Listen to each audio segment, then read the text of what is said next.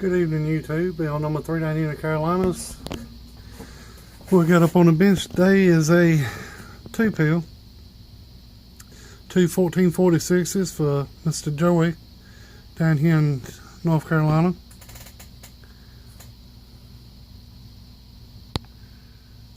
He sent me some of the parts. He sent me this case. This is one in Bud Built boxes. You can get them off of eBay. But I think he said he picked us up at the Ham Fest. And I had to drill all the holes in it. I had to put the variable. And he sent a switch and a light. But this is a little bit different LED because his stuck out. And I forgot to put it in there. And I already cut the hole for this one. And then it didn't got too big. So I just got used to putting these things in. And I had to drill the holes in it, put the 239s in the back of it, relays, you know, pretty much all of it, but the cabinet and the heat sink, and but I pretty much made the whole thing by hand.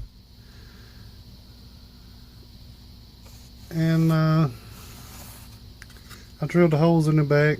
Yeah, they don't look perfect. I'm gonna get that mark off of there, and that's what we got. It is what it is.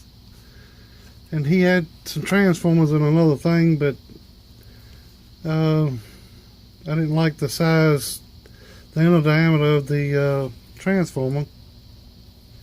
And this in here, the phenolic is then lifted up on it, and it's got a little slice in it there.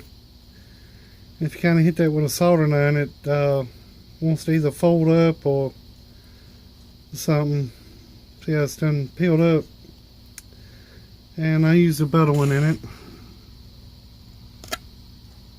And yeah, that's what we got. It's ready to go.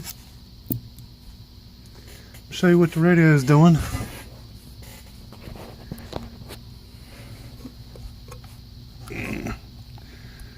Running the stock radio on this one.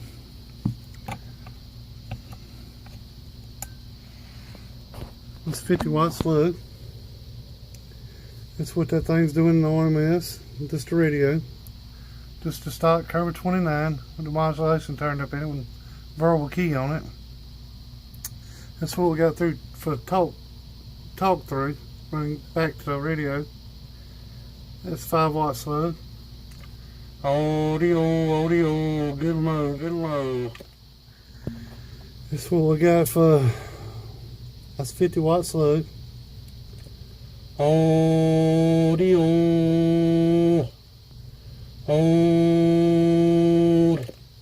5 watts on the radio. That's what the radio does on peak. Audio, about 20 whole watts on swing on peak. Put it back down in the RMS, and we're gonna key this radio into this little amp. This is on a dummy load. Variable's wide open. It changes slug back to 1000 watt. So this first little long tab right on it is 100 watts. That's 200 watts. You're reading that at bottom scale.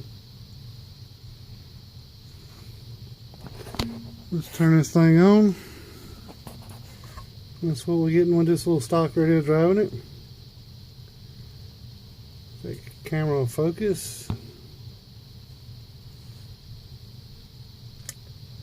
Audio, hello, audio.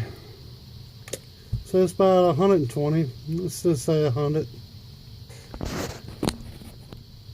Get my camera to focus. I don't know why it ain't focused. There it is. Audio. Just say 100. Put this thing up in peak. So the 20 is 200. It's the peak side. Audio, hello. About 250 watts. A little stock radio driving it. And I've had the little hot radio hooked up to it. Which does a lot better on RMS. Focus. There it is, ready to go. And I used his parts, like I said. I used what I could use of his. He sent the little box. And the little fan here. I popped a hole in it. It ain't quite big enough for that fan. But it's got a decent little amount of air running through it. I would like to have a better fan, but this one does pretty good.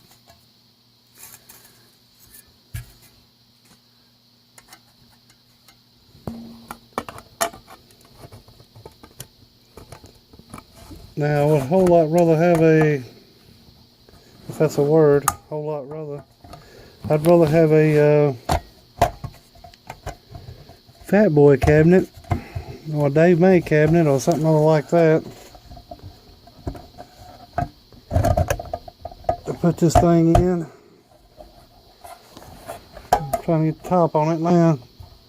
Show you what it looks like with the top on.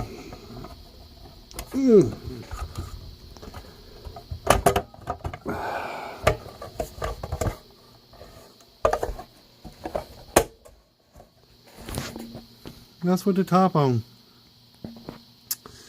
And I didn't hook the wire up for the fan, so the fan won't come on right yet. But when I put it together, I run the wire over and hook it to the relay, so when you turn the switch on, the fan comes on. But that's it. No bad looking little box to be in a little bud box. But for the money, to save time and everything, I'd rather have a Fat Boy box, because all the holes in it's already drilled and it's way easier to do this. You don't have to drill these and all your little holes.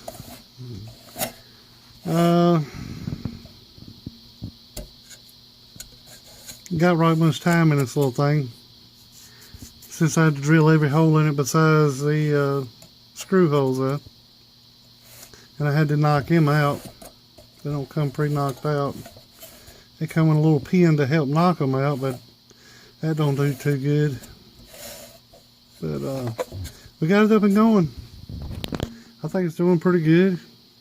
Be what it is. Two 1446s. Alright, she's done. I got a little screw there to help hold the heat sink in place of it, so it just don't flop around the inside of it.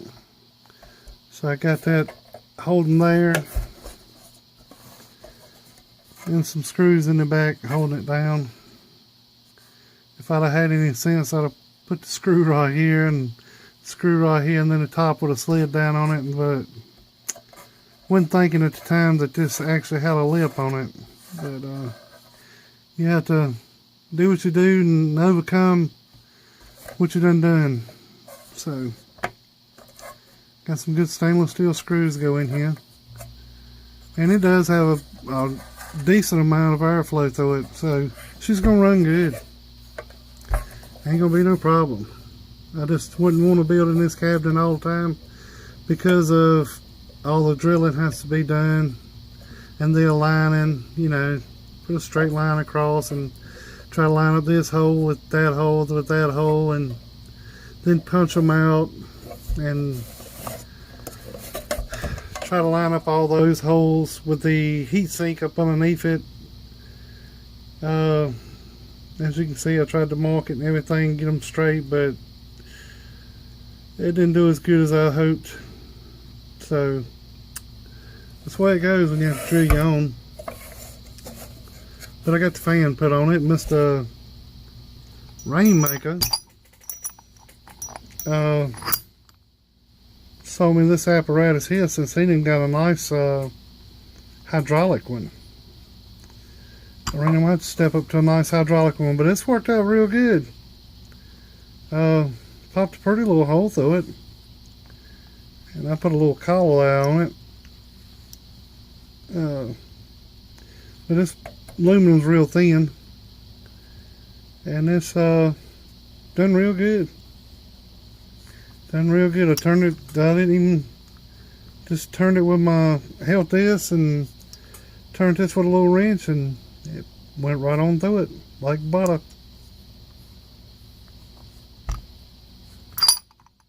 Popped it right through there. Alright, y'all have a good one. Later.